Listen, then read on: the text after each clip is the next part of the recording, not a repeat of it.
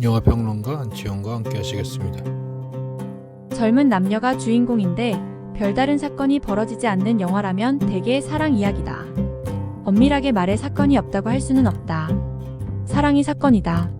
사건이 없고 사랑마저 없는 영화는 쉽게 상상이 되지 않는다.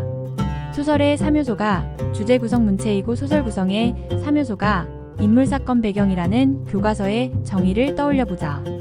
복잡한 논의가 될 테지만 그럼에도 소설에서는 어쩌면 사건 없는 전개가 가능할 수도 있다. 그러나 대중예술인 영화에서는 가능할 것 같지 않다. 무엇보다 만들기가 어려워 보인다. 새벽. 일본의 차세대 기대주 감독 미야케쇼의 영화 새벽의 모든 애는 사건이 없다. 남녀 두 주인공이 영화를 거의 끌어가는데 로맨스도 없다. 물론 보기에 따라 사건이 있고 로맨스가 있지만 영화적 클리셰 목록에는 안 보이는 사건이자 로맨스이다. 남성과 여성인 인간의 관계 맺음과 소통, 그리고 상호 위로가 있다. 새벽의 모든은 애매한 장르이지만 예술 영화이다. 예술 영화이기에 사건과 로맨스 없이 구성이 가능했을 것이다. 제목이 흥미롭다. 원제는 새벽의 모든 것으로 봐야 할 듯한데 한국어는 새벽의 모든으로 여백이 있게 번역했다.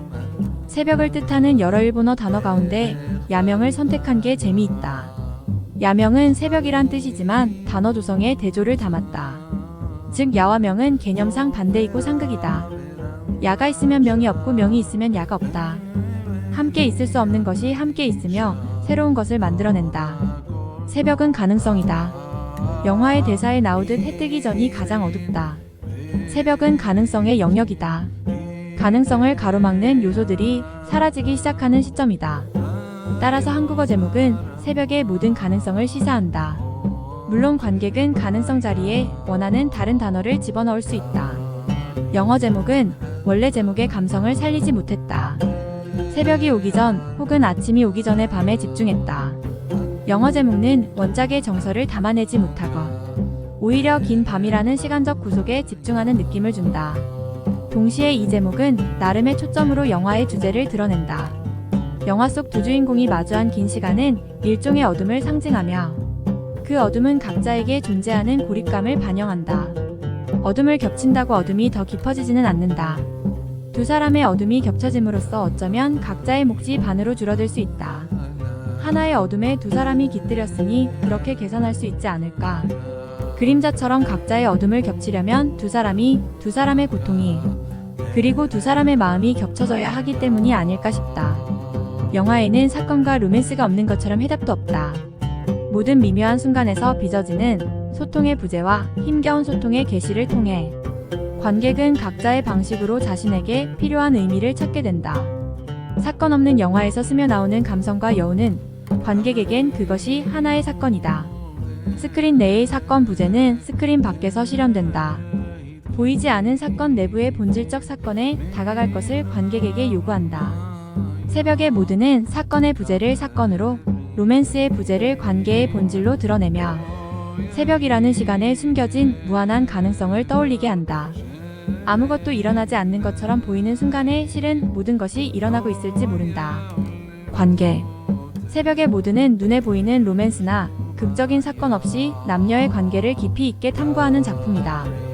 미야케쇼 감독은 남녀 주인공이 서로의 상처와 외로움을 공유하며 사랑이 아닌 것이 아닌 우정 혹은 그 이상의 특별한 유대를 형성하는 과정을 섬세하게 그린다. 이 영화는 남녀 관계에 관한 영화적 상투성을 탈피하며 그들이 함께 겪는 고통과 고통의 공감을 통해 새로운 관계의 지평을 제시한다. 다시 강조하지만 이 영화에서 사건이라고 부를 수 있는 것은 없다. 대신 두 인물은 자신만의 고독과 불안 속에서 상대의 고독과 불안의 냄새를 맡고는 서로에게 다가간다. 삶에서 겪는 서로의 어려움을 이해하며 위로를 주고받는다. 표면적으로 우정이지만 단순한 친구 이상의 감정이 깃들어 있다. 사랑과 우정의 경계에서 벌어지는 미묘한 감정의 교류를 포착한 것에 이 영화의 성과가 있지는 않다. 연인과 친구 사이라는 수없이 반복된 남녀관계의 기존 틀이 아닌 인간 사이의 공감과 유대를 말한다. 따라서 한 달에 한 번 월경전 증후군, 즉 PMS 때문에 짜증을 억제할 수 없게 되는 후지사와 카미시라이시 모네와 공황장애를 겪는 야마조의 마츠무라 호쿠토 사이의 인간적인 접촉만이 표현되도록 감독이 애를 썼다. 고통의 공감은 이 영화의 중심 테마다. 주인공들은 각기 다른 방식으로 고통을 겪는다. 그들이 함께하면서 각자의 고통이 비로소 서로의 언어로 번역된다. 말이 개입하지 않는 이 과정에서 서로의 상처를 바라보고 공감하기에 로맨스의 등장이 오히려 거북할 수 있다. 사랑과 우정을 넘어서 인간적인 연대와 공감의 관계를 구축해 나간다.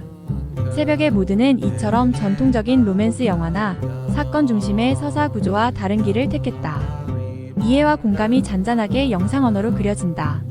해가 뜨기 전에 어둠이 가장 깊다고 하지만 그 어둠 속에서 두 사람은 가장 정직하게 가장 인간다운 모습으로 서로를 마주한다. 극적인 만남과 아리는 이별이 없다.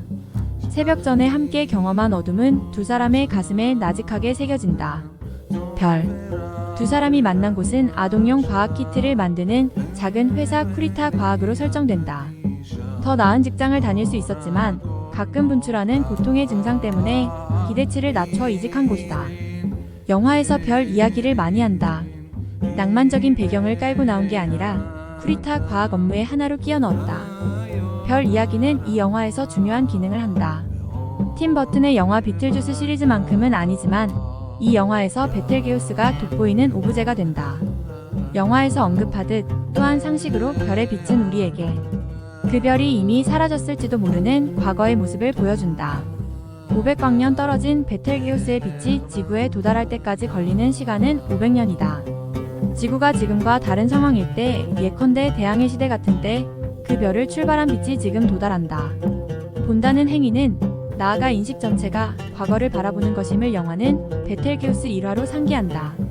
인간 역시 현재를 살아가고 있지만 우리가 인식하는 현실은 시간의 지연을 포함해 과거의 흔적을 흘러가는 것이라고 영화는 말한다. 과거의 경험, 기억, 선택이 현재의 우리를 형성하며 우리가 살아낸 현재 또한 곧 과거로 변한다. 우리는 현재에 살고 있지만 그 현재는 이미 과거로부터 영향을 받으며 우리의 선택이나 행동은 당장 눈앞에서 그 결과를 확인할 수 없는 때가 많다. 베텔게우스의 빛처럼 우리가 지금 내린 선택이 그 진정한 의미를 드러내기까지 시간이 걸리고 그 사이에 우리의 삶은 끊임없이 변화한다. 영화에서 반복하여 말하듯 변하지 않는 것은 없다.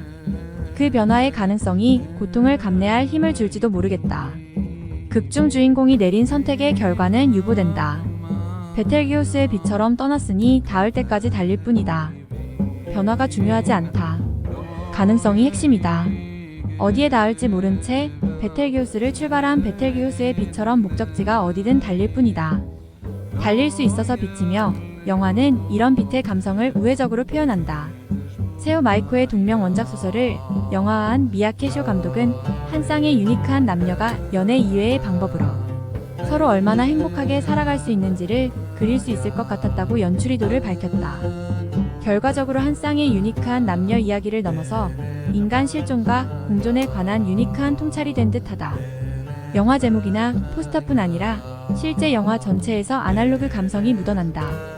그렇지 않다면 주제와 어울리지 않았다는 지적을 받았을 법하다. 고통이나 실존 같은 것들은 언제나 아날로그이니까.